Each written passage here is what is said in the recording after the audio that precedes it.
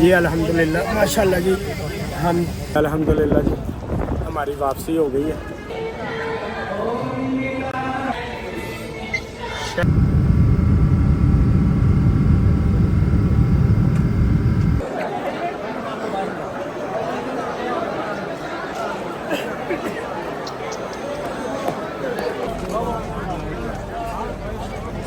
ईद मुबारक आप सबको,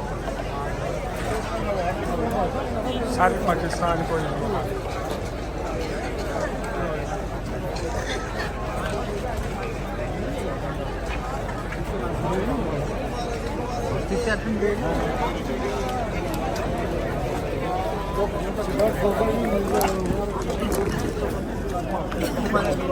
हमारी तरफ से भी आप सबको ईद मुबारक, और पाकिस्तान में भी ईद मुबारक।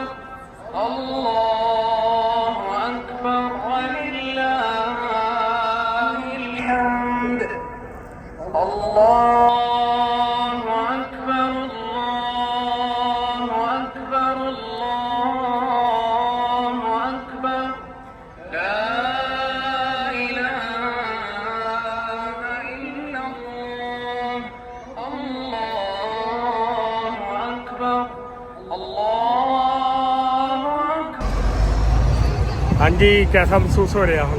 बहुत अच्छा, आना भी बहुत अच्छा और जाना भी बहुत अच्छा। बच्चे याद आ रहे हैं बहुत ज़्यादा। हमारी वापसी हो गई है, इंशाअल्लाह ताला हम अब वापस जा रहे हैं पाकिस्तान की तरफ। बच्चे भी याद कर रहे हैं, कबूतरों को दाना भी इन्होंने डाला है। क्लॉक टावर के पास खड़े हैं, 110 नंबर हमारी बस है जिसका हम इंतज़ार कर रहे हैं। बस इंशाअल्लाह बस आ जाए फिर हम चले जाएंगे अल्लाह के हुक्म से। अल्लाह ताला मंजिलें आसान फरमाए, रास्ते आसान फरमाए, मुश्किलें परेशानियाँ गम तो तकलीफें दूर फरमाए। ये जी अपना सामान आ गया सारा, अल्हम्दुलिल्लाह रैप हो गया, ठीक है।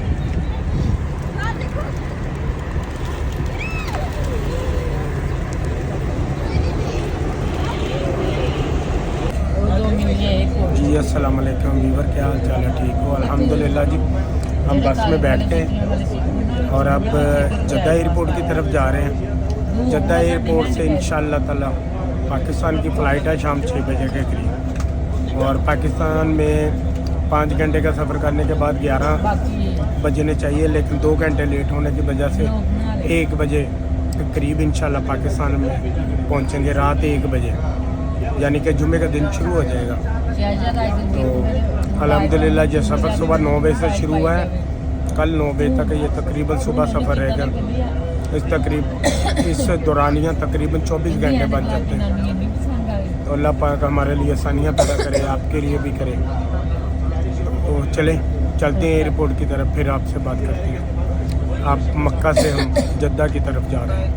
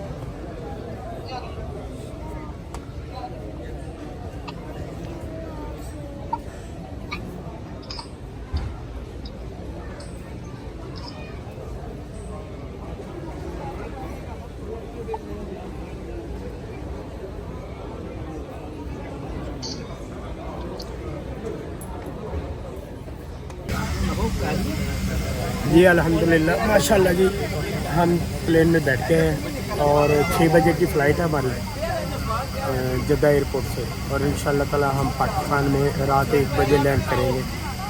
तो 2.5-3 घंटे की मुसाफत के बाद इंशाल्लाह क्लियरेंस हो गई है और अल्हम्दुलिल्लाह जहाज़ में आ गए। फिलहाल मैं आपको बता रहा हूँ जहाज़ अच्छे जहाज़ है, अपने साथ में लैंड कर डायरेक्ट फ़्लाइट है, अच्छे जहाज़ में। और अब तस्वीर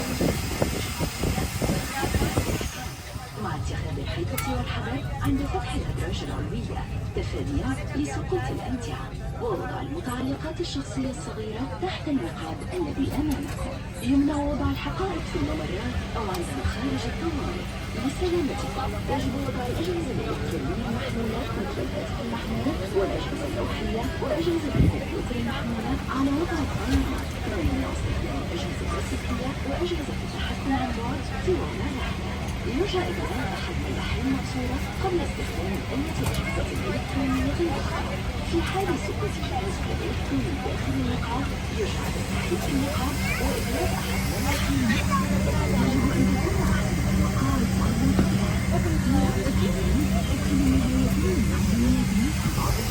وشوف الحذر ارفع الزر المعدني ووصل الدنيا والمعدنيات. حال انخفاض الضغط داخل المقصورة ستسقط